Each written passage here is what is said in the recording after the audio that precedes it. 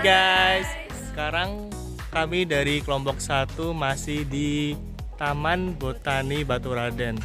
Nah, sekarang kami akan mencari bunga-bunga yang berada di Taman Baturaden di sini, lalu kami akan menjelaskan tentang morfologinya.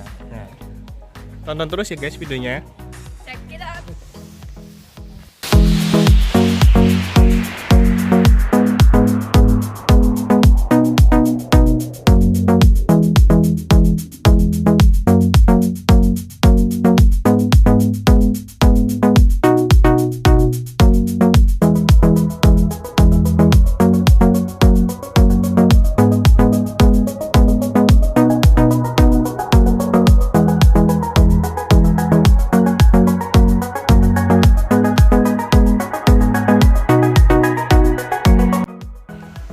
Oke, selamat siang. Dengan saya Muhammad Firmansyah dengan NIM 201-05051. Nah, di sini saya akan menjelaskan tentang morfologi dari bunga mawar. Oke, sekarang saya akan menjelaskan tentang morfologi dari bunga mawar. Yang pertama adalah mahkota bunga.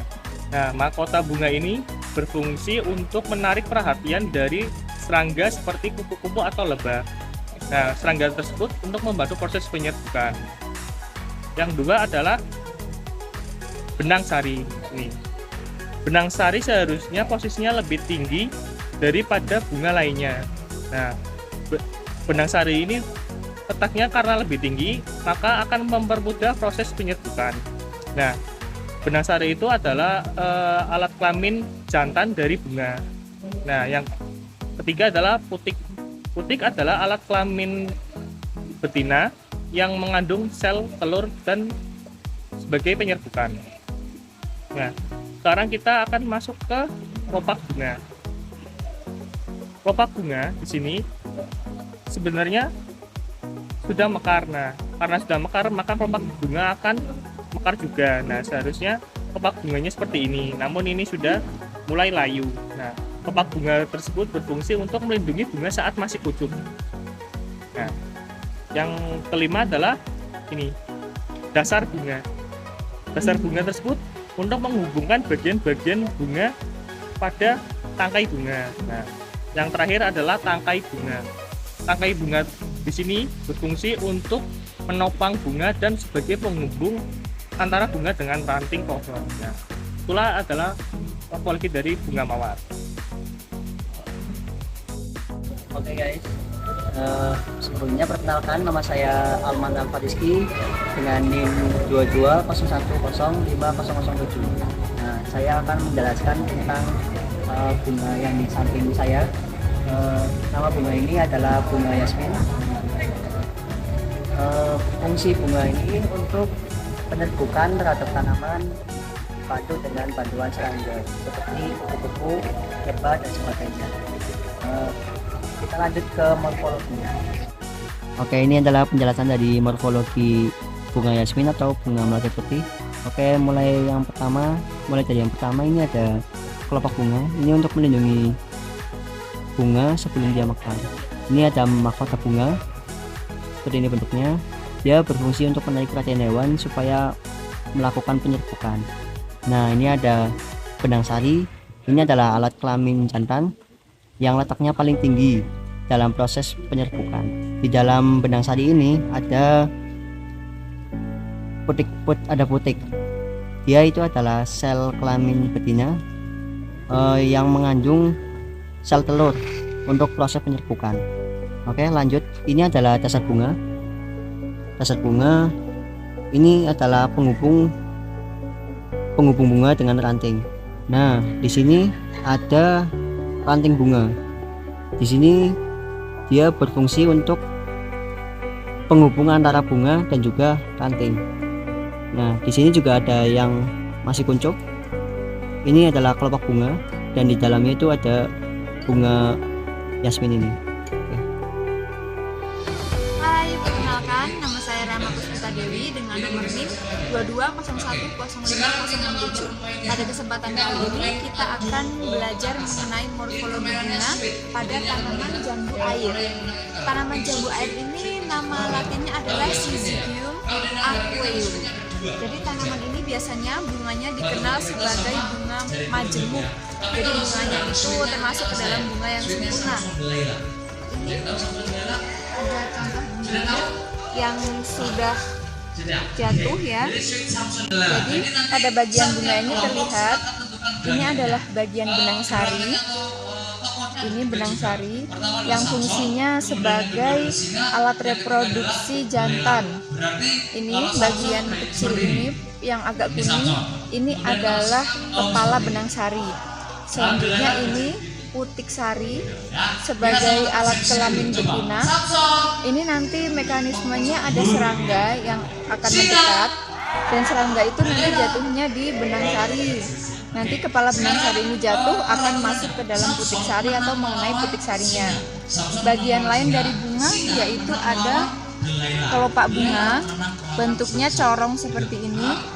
Ini fungsinya untuk menahan bagian mahkota bunganya. Jadi mahkota bunga ini biar terlihat cantik, bisa menarik perhatian dari serangga yang lewat untuk bisa datang dan berhenti atau mendarat di benang sari. Jadi dia bisa bereproduksi jatuh kepada putik begitu. Bagian sini bawahnya ini adalah tangkai bagian bawah bunga, dan selanjutnya di sini nantinya akan memanjang ini tangkai bunganya gitu.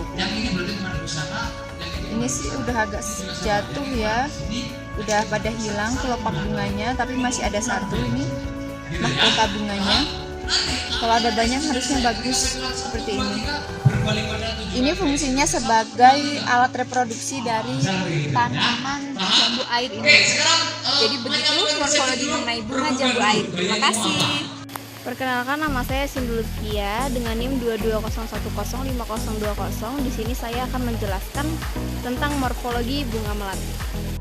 Ini adalah melati Bali, dan ini yang disebut dengan mahkota bunga. Mahkota bunga ini berfungsi untuk melindungi putik dan benang sari dari gangguan luar. Dan ini adalah benang sari dan putiknya. Benang sari ini berfungsi sebagai alat reproduksi jantan pada bunga dan terdiri dari kepala sari dan tangkai sari. Dan pada putik ini berfungsi sebagai alat reproduksi betina pada bunga dan terdiri dari stigma, ovarium, dan putik. Dan ini disebut dengan kelopak. Kelopak ini berfungsi untuk melindungi kuncup bunga dan bagian lain bunga dari gangguan-gangguan luar. Halo guys, perkenalkan nama saya Risa dengan NIM 220105008. Di sini saya akan menjelaskan tentang morfologi bunga Nusa Indah yang ada di kita. Ini yang pertama ada yang namanya mahkota bunga. Nih, ini merupakan mahkota bunga yang berfungsi sebagai penarik serangga sebagai pembantu proses penyerbukan. Nah, sekarang yang kedua yaitu kelopak bunga. Nih, ini merupakan kelopak bunga yang mana berfungsi untuk melindungi bagian-bagian bunga lainnya dari gangguan luar. Yang ketiga ada dasar bunga. Ini dasar bunga yang sebagai bagian tempat melekatnya mahkota dan bagian lain agar tetap di posisi tersebut meskipun diterpa angin. Dan keempat ada tangkai bunga. Di sini sebagai penyokong dan sebagai penghubung antara bunga dan tangkai. Jadi di sini kita akan melihat di mana bagian benang sari dan putik. Nah, ini merupakan benang sari sebagai alat reproduksi jantan pada bunga benang tersusun dari tangkai sari dan kepala sari. Keenam, ada putik, yang mana putik tersebut lebih dalam posisinya. Tangkai putik sebagai alat reproduksi betina. Tangkai putik terdiri atas 3 bagian, yaitu kepala putik, tangkai putik, dan bakal biji. Yang terakhir di sini ada bakal biji, yang mana bakal biji ini mengandung sel telur yang akan dibuahi nantinya. Halo guys, nama saya Isnaini Hidayah, NIM 220105036. Saya di sini akan menjelaskan tentang morfologi bunga sengani. Yang pertama, ada mahkota bunga. Mahkota bunga ini berfungsi sebagai penari serangga sebagai pembantu proses penyerbukan. Yang kedua ada kelopak bunga. Nih. Kelopak bunga berfungsi untuk melindungi bagian-bagian bunga lainnya dari gangguan luar. Yang ketiga ada dasar bunga, itu yang di bawah. Dasar bunga ini sebagai tempat melekatnya mahkota dan bagian lainnya agar tetap di posisi tersebut meskipun diterpa angin. Dan yang keempat ada benang sari. Yang ini. Benang sari ini sebagai alat reproduksi jantan pada bunga. Benang sari tersusun dari tangkai sari, kepala sari. Dan yang terakhir yaitu ada tangkai putik. Tangkai putik yang ini. Tangkai putik ini sebagai alat reproduksi betina. Tangkai putik terdiri atas 3 bagian, yaitu kepala putik, tangkai putik, dan bakal biji. Dan bakal biji ini sebagai pelindung sel-sel telur yang akan dibuahi. Terima kasih kepada Mas Berget dari Botani Batuaden atas ilmunya sudah memandu kami untuk tanya-tanya lah, walaupun jamnya masih mepet, panas.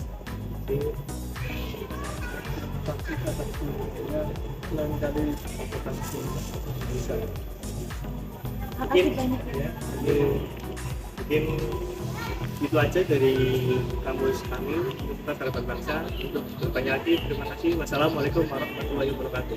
Waalaikumsalam warahmatullahi wabarakatuh. Teman-teman, demikian sedikit informasi dan pengetahuan mengenai morfologi bunga dari beberapa tanaman yang sudah kita jelaskan satu persatu. Semoga bisa bermanfaat bagi kita semua dan bisa menjadi pembelajaran untuk kita. Terima kasih dan sampai jumpa.